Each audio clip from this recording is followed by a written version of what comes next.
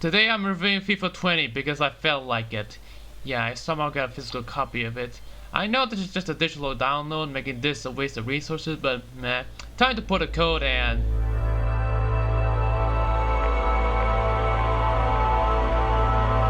What? Ah! Is that your fantasy? Reviewing soccer games?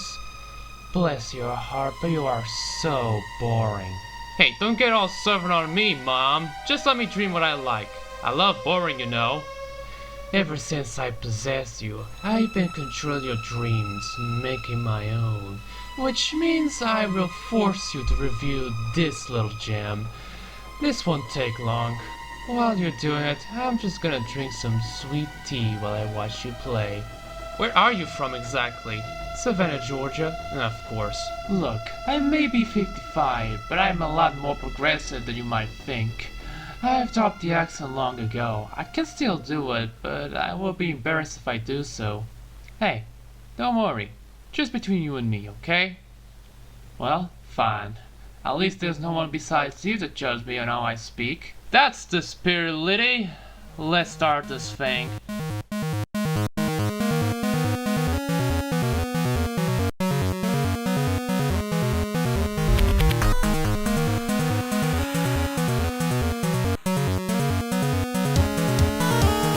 April Fools! Let's review 6V. How do you pronounce it? Just say V6.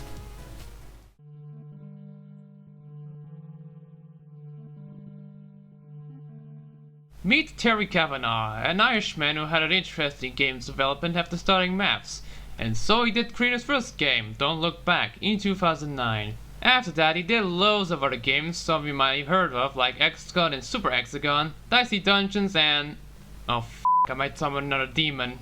V6, available for a bunch of systems including the Commodore 64, was his second game he ever made, and it was published by Idiots in 2010. I like where this is going.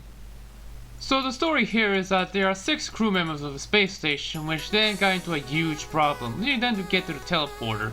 And now this fellow, known as Viridian, has to find the missing crew around this dimension while doing these hard levels, as well as reading the backstory for the terminal scattered around. The controls are fine. Viri doesn't stop immediately just as you release the D-pad, which can be frustrating in some instances. Other than that, it's really simple. The main gimmick is the flip mechanic, where you press A to flip Viri upside down and back. The objective here is to get through a series of rooms full of enemies and spikes you must avoid, like Jet Set Willy, Dizzy, Monty Mall, and the works. Not only that, but there are segments that have unique traits like an auto-scroller, conveyor belts, teleports and portals, flip rope thingies, and stuff. Jeez, does Terry have his fetish for spikes or what? Eventually you encounter an intermission level after finishing the first 3 levels, so I guess it's time to talk about the difficulty. Man, I f***ing hate the first intermission level. It's an escort mission, which is already a bad sign. The person will move if you're upside down or near him, which can make 2 of the screens the most frustrating ones in the game. It took me a lot of tries just to get the other person to get to the platforms and not die.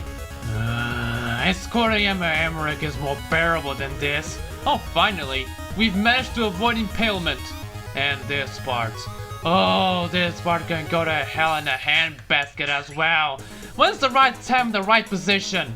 Most of the rooms are hard as nails, like the Down Under level, Gordian Knot, Gavatron, and Time to Get Serious, but I don't hold a candle on those 2.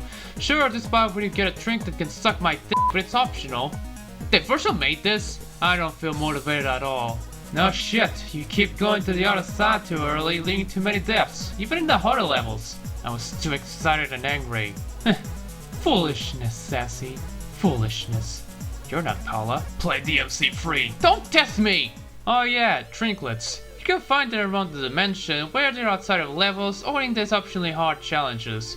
Your reward for collecting them is, well, just music. Music that you can change in the space station outside of the levels.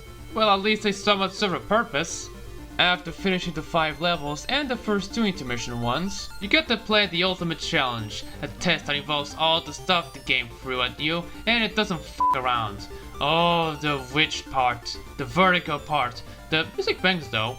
Eventually you'll reach the dimensional stability generator. Ow! F*** my eyes! I hate this game! Alas, I did it. And so, Viridian gets shot off to space, figured that they'll be stuck in this part of the dimension forever.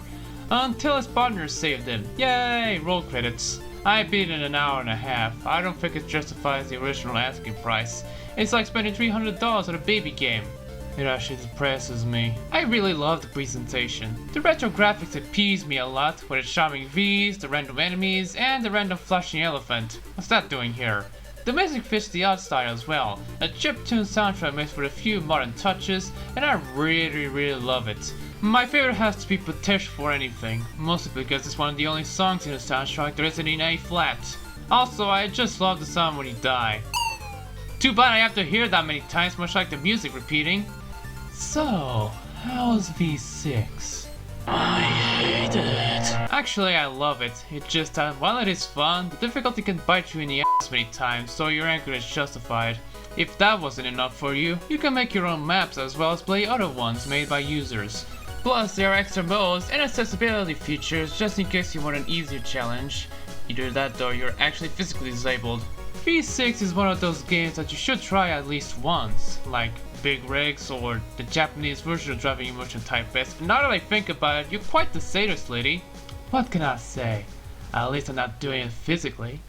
I need to dream something better than this. Don't control them unless I tell you to, okay? Fine. But before you wake up, word of caution. Because you're a vampire, I will never control you when you're angry. For some reason it's blocking me from doing so. How do you know that? I read the book of possession from my friend Triss. It's been a long time since we talked. I have a suspicion that she's working for the hellish elite force again. Are you about to cry? I'm sorry. Just go get some more sleep and forget about me for a while.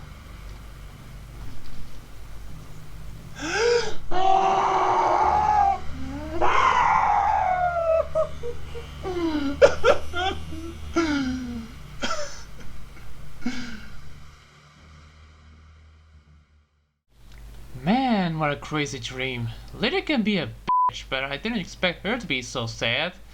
So, what's next on your agenda?